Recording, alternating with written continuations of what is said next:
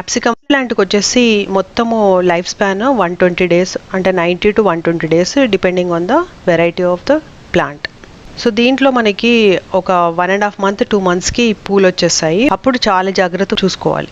ఎక్కువ over watering ఉండకూడదు, అలాగే అండర్ వాటరింగ్ కూడా ఉండకూడదు. ఇదే టైంలో ఓవర్ వాటరింగ్ అయితే పూలు మొగ్గలు పడిపోతాయి, అండర్ వాటరింగ్ అయితే కూడా రాలిపోయి పడిపోతాయి, ఎండిపోయి. ఓవర్ వాటరింగ్ అయితే పండిపోయి పడిపోతాయి, అవి ఎల్లో కలర్లో అయిపోయి పడిపోతాయి.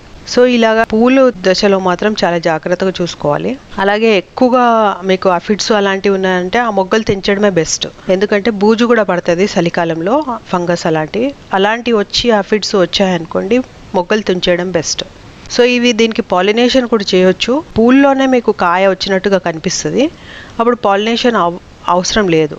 బట్ ఒకవేళ మీకు కావాలి అంటే ఒక చిన్న బడ్ లాంటిది తీసుకొని రబ్ చేస్తే ఆర్టిఫిషియల్ పాలినేషన్ కూడా అవుతుంది. ఒకవేళ బీస్